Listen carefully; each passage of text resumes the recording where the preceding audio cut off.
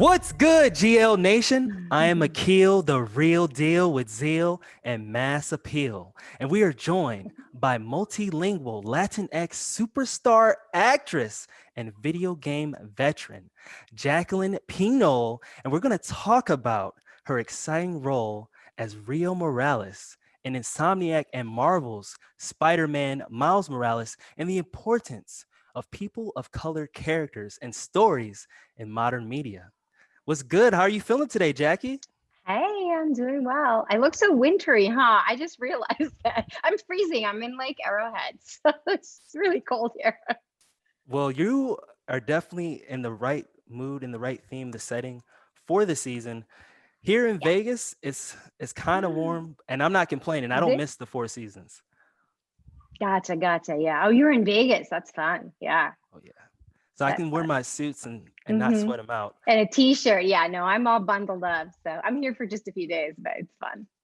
Oh well, thank you for tuning in with us while you're on the road or traveling, and Of we're course. really curious here at the Gaming Life Network. We want to know about your G life or your gaming life. Have you been playing the new Spider-Man on the PS5, the next gen console? Yes. Well, I have to say I'm more of a viewer because there's two men in the household who are taken over the controllers. So I'm kind Backseat of, gamer. yeah, but I sit back not only in the game but in real life as mom, the mom role, and I'm, trying to, fight for my turn. But I have a 4.5-year-old son, and then of course my hubby is they love games. So any excuse, the fact that mom is in a game, They have to mom play it can now. no longer be like, guys, get off, you got to stop playing video games. Like, that just doesn't exist. I have no leg to stand on with that. But it's exciting. I mean, it's so fun, and um it's sort of surreal a little bit because I loved watching games and growing up watching different video games and how they've evolved, from just being cartoons, really animated cartoons from when I was a kid, to these real life. They just look so real. You kind of can't tell, you're like, they look, is it real? Is it not real? I don't know. It just, I'm in awe of the visuals. And I think that the artistic team, I mean, hands up to those guys, because I really think what an extraordinary team of creators to bring this to life. I absolutely agree. On the next gen, the graphics are amazing. They help keep the story engaging. And then when you add talent like yourself, your voice talent to the game, it's a whole story that could be just as, if not more, interesting than a book or a movie. And that's something that I think even I'm surprised with. When I, as an actor, receive, the material, and we, even when we're auditioning, obviously it's all hands on deck. You bring your A game, you give it your all, and you're Right. living it. Um, Usually, you expect to see it as film and television, as just live action. But this is such a different medium that when you see it, I'm more amazed. And I don't usually like to watch my performances on, TV and film. I'll watch them because I have to, kind of, but I don't love it. But with this, I'm like, wow, just Rio, and the character, the way she looks and comes across. They gave me great fashion too. I love it. Yeah, I was gonna say, I So see you in Rio, no doubt. I think we have to bring an extension of ourselves, definitely, to the character. So I'm humbled and honored to portray her, to bring her to life, and to give her the meaning that she's brought to Miles Morales' life, and the message of the game overall. I'm surprised and elated by it. No doubt. And I'm glad to have you here to talk about that because you mentioned how this experience doing the voice acting for video game is much different from the other things you've done in acting. So I'm curious, how was it working with Insomniac? Insomniac is really represented well in the gaming industry. Yeah, from the very beginning and from the first interview, uh, uh, they took it as, it's like you're auditioning for a film. I Mm, mean, the bar is high, very professional. Also, the direction, just very open. They definitely knew their characters, what they'd written, what was the vision of the game. And the best gift they gave me as an actor was translating that into how to bring her to life. Do you know what I mean? So it's an interesting thing. You can say to an actor, make her angrier. And that could be mean so many things, you know? So an actor's like angrier, oh gosh, okay. But if the director tells you the reason she's angry and where we're coming from and where we're going is this, how do you give me that? Then I go, oh, I got it. And so those are the moments, you know, when Rio has these push and pull, you know, confrontations with Miles, for lack of a better term. There's always love behind them and vulnerability, but there's a need to get him to give me what I want. And yet he's like, but I got to do this. And so there's this constant, you know, but it's got a lot of layers. I think Insomniac from the very beginning knew that they needed all of that from their actors, and really just brought an A team on board. It sounds like it, specifically the word team. When you were recording your lines, did you have the other actors there with you? Not when we're doing parts of the voiceover, where sometimes we're watching some of what's been done so we can be cued to relive that moment as best we can in a voiceover studio, with the direction of our director from the motion capture. And a lot of the audio is also cut while we're filming. That's why I keep referring back to making movies, and it's like making a movie. They are a full-on crew like you would have on a film set, and we're in a huge stage and we're recreating and we're making all this life with cameras, with equipment on our bodies. I mean, heavy, everything's on our head and bodies, and with sound. And it's recorded also while we're doing the action. And then sometimes we go in and we do separate sessions of voiceover to add to or enhance in the game. Okay, so you were in motion capture and you were on stage. The way you describe it, it sounds like a lot of fun. It's super fun. I mean, when you have, they're like 7, 8 a.m. call, you're like, no problem, I'm there. It's never, it's going to be a great day when you're going to go, you know, to work on this. And I just remember getting there, and you put your suit on, and there's something from the moment that suit is on, the shoes, the cameras, everything goes on, that I'm no longer me. And I turned into Rio. I was creating her from that moment on, you know. And having the chemistry with the other actors is really important. I think that when I've seen the game and my son's playing it, and you know, he's all into the action, but I'm watching it with different eyes, and I see that the chemistry we all had between us made a really big difference in those scenes that have the plot and the dialogue scenes. That's the stuff that's really meaty to me. I love it. Yeah, you mentioned the story and the overall theme. And what I love to see nowadays as a person of color is to be represented as a hero and also in video games. So I'm curious, Yeah. why did you decide to lend your time and talents to Rio Morales? You know, when I first auditioned for the role, it was for the first game, which is the Spider-Man game. I had just become a mom. And I have to tell you, something in me changed for the better.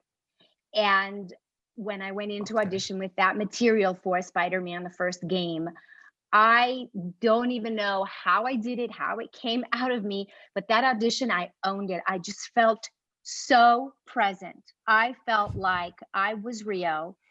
There was nothing else to it. It was just a surreal experience. I walked out of the audition and I cried, and I got in my car. I know. And I thought, oh, it must be new mommy hormones. But I had all these emotions because the script was so rich, and you only do parts of it. But, you know, I'm living the whole experience, but I only do the audition part. And then the rest is like sitting in me. And I went to my car and I just was like, oh my gosh, that was so good.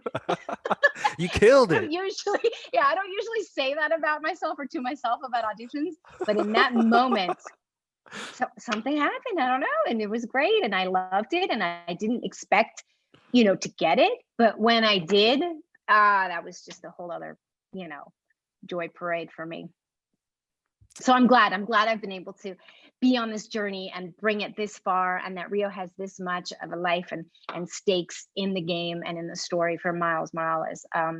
You know, I want to share with you, I had a message from a fan a couple days ago, and he said, you know, loving the game and saying, Spider-Man taught us there's a hero in all of us, and Miles Morales is teaching us that we can be ourselves in our own stories and see ourselves in them. And I was emotional again. I was like, he's right. I'm like, yay. And I thanked him. It was such a sweet comment that really touched me, because I think that seems to be a common theme with all the fans and the gamers out there. Yes. And I love it. Being a Latina, raising my son, obviously he speaks Spanish and English. It's really important that he also sees that that's life. We are represented. Normal life is in games too. That's who we are in America and around the world. Absolutely. And that's what the gaming life is about, is how we can all come together and be ourselves and find that It's a common great ground. message. I loved it when I first saw the hashtag be yourself, be greater. Yeah. That is genius. Right on. Yeah. Another thing that I find so interesting about this game, Spider-Man Miles Morales, is that Miles and Rio are kind of fighting the same enemy, Roxxon, but Miles is doing it like vigilante style, underground, and Rio is entering the political campaign. And it's, to me, I see that the same with the people of color or people oppressed in America, that we try to find any way we can to seek justice and equality. And what do you think about that dynamic between the mom and the son and their fights in the game? You know, I really, I find it interesting. And from Rio's perspective, it comes back down to who we are as a family and where we come from, and that we never give up. And that's one of the lines in the game, because we have to live by example. And given that his father was a police officer, and the character Jefferson passed away in the first game, in one of these, you know, bad guy, good guy situations, I think that is kind of like, for Miles, is like, okay, I need to protect my mom. There's a sort of probably maybe some revenge, some just a lot of confusion, because he's sort of out there in the ether going, how do I maneuver this new power, this energy that I've got? And you know, Peter Parker is not present, so his mentor isn't there on that, you know, gaming level. You think, oh gosh. And then, but his mom is there. So I think it's about, how does a teenage boy take his mom's advice and her voice and her example and use it and translate it into something that he wants to pursue, which is the vigilante style sort of, I'm going to get the bad guys, you know. Yeah. I really think it's hard, because, you know, it's like, I hate to say, like, mom always knows best, but there's something in that. And as far as Rio, I love that the character was written to be a strong, yet vulnerable, loving and emotional being, but strong and head on, just going to face the challenges of her day, you know, protect her neighborhood, speak up. In city council, you think, well, if I can only have an impact on this level, I will, but it's a big impact. And I've seen it in real life. It was a bit of an emotional roller coaster, living what we've been living in this country in the recent months, and we'd already shot and recorded the game, and you thought, how did they know this stuff is happening? Wow. Like, there was a weird parallel, and I found myself getting quite moved by that, because we do have to speak up and we have to stand up for what we believe in. But mostly, I would say Rio lives by example. You know, it's not out to get the bad guys just to get them. It's to say, this is why we're after you. What you're doing is not okay. It's not good. And we have a voice, and we're going to speak up, and we're going to stand up for what's right for everybody. No doubt. And I admire her courage, because it seems to me like she's fearless talking to the powers, or talking about the powers that be. She's so courageous when it comes to what she believes in. Yes. And I think that's why the fact that the game and the story and Insomniac brought this element to the game. I mean, I think it feels new to me. I haven't seen it to this level, but also for the Latino culture, and I will tell you, like in Latino culture, like men and their moms, you have a really close bond relationship. There's a respect. There is a Yes. thing of like, even if she's wrong, head down, and it's my mom, but sometimes Yes. she's right. Sometimes she's right.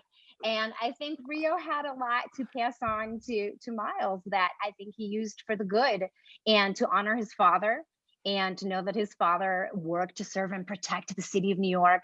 It's like, okay, he's going to do it too, and he just has to find Yes. his middle ground. I do. And I have that similar respect in my culture from my mom.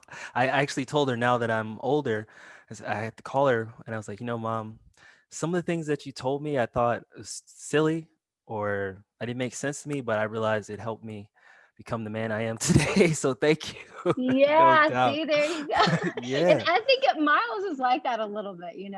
And I've seen some of the gamers, post things and tweet things, and it's very sweet, it's very moving. I'm so happy to see that all of the characters have brought some sort of dynamic to the whole story of Spider-Man Miles Morales that someone can relate to or connect with Genki. I've also seen quite a few comments and things, that best friends, the guy that's got your back, he's going to be, he's going to look after your mom if you need to go and take care of business. Like, it's so nice to see that in games. It doesn't Yes. even take away from any of the action. If anything, it enhances everything. So um Yeah. I love the way this you is talk about this game. I Yeah. love it. I really am. I'm loving it. I think it's beautiful, and it's got a lot of heart, and it's nice to who would think that, me as a mom would encourage my son to play video games, but I do. He can play this one as much as he wants. Well, I noticed that some of the characters I've seen you portray recently, like Rio, and then on the Emmy-nominated series Bosch, where you play Julie Espinosa, it seems like the characters are committed to the truth and revealing the truth. You think that is something that's within you as well, and that's why you're drawn to play these roles? It's interesting you say that. Now that I think about it, yes, because I am about no BS, because we just don't have Got time it. for it. Got it. And so at some point in those auditions, I must have walked in and given an air of like, let's get down to business. Let's take care of things. Let's do what we got to do, because we have no time to waste. And There it clearly, is. there it is. So, sometimes I do think we are cast largely because we are an extension of this person that was written, and you bring it to life, you Mm, bring it off the page, and it speaks to someone watching you, or it moved somebody and it clicked. So mm. I was so happy to play Julie Espinosa. I did 4 seasons of Bosch, and it was just a terrific cast of, and talk about A game too. I mean, you had to bring it, because the actors and the entire cast are phenomenal. And I felt very supported. And yet I feel like when you're working with people above and beyond that, it brings your own game up. You know So it. I just loved it. I really, really learned a lot and brought a lot, I hope, to the table, to the cast. I'm having a great time on this interview because of your passion for what you do and how much it means to you. I feel like you are a Oh, true thanks. artist. Yes, I'm inspired talking to you. A true Thank you. artist.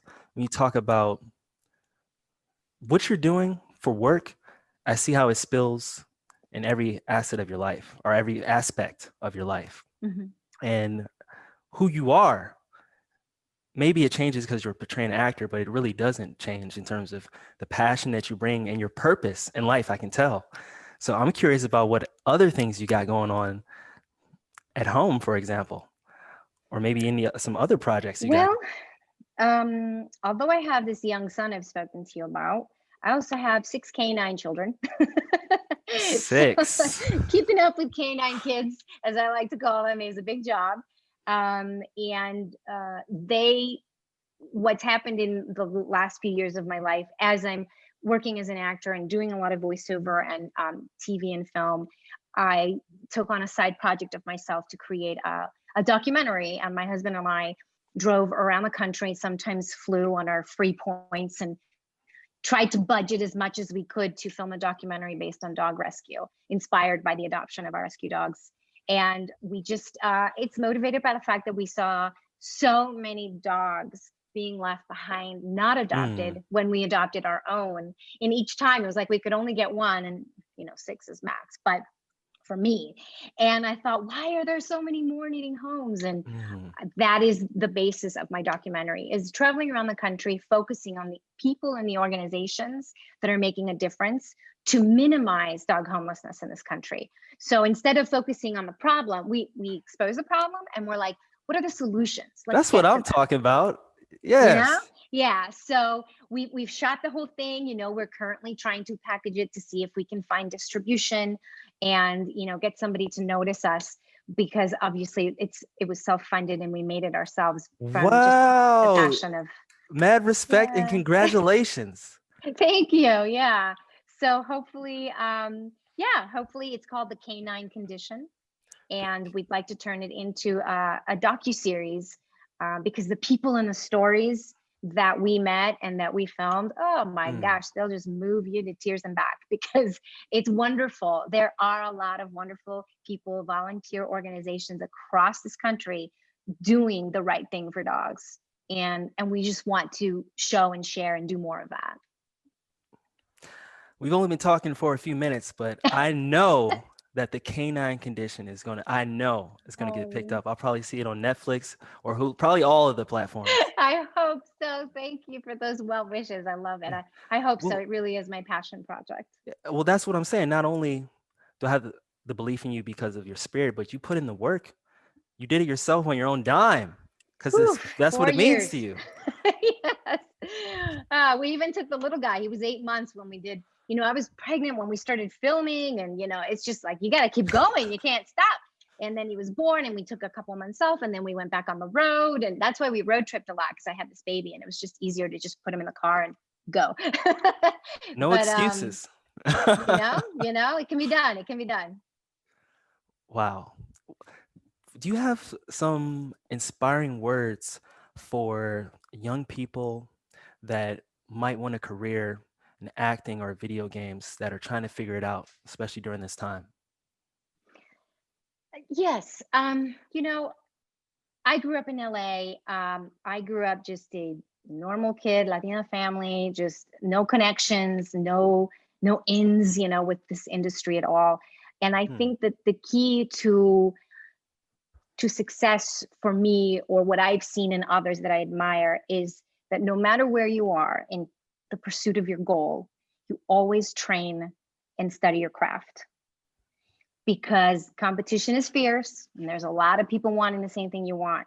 But if you stick to it and you get really good at something because you love it, no matter what that is, you're gonna get a break. You're gonna get noticed. You're gonna soar to the top, because that action of itself, that dedication, speaks for itself, and people are gonna notice. So I say, stick to your craft, study your craft, no matter what. Yes, thank you. You are proof of that, and I would like to say that I'm proof of that as well. This is a dream come true, that I could talk about video games with people because I've had this passion for public speaking. And oh, that's cool. Once again, thank you for your time and your energy, and let everybody know how they can connect with you and all your artistic expressions and great deeds. Oh, thank you so much. It's great to connect with you. I am on Instagram and Twitter under the same handle, which is at Jackie Piñol, and it's JACQUIPINOL. My last name is actually Piñol, which is a Spanish last name, but the ñ is not used a lot in the keyboards on social media. So I use Jackie Piñol. Got you. Well, thank you again, Jackie. Gaming Life Nation, it's been our pleasure. Until next time. Peace. Peace.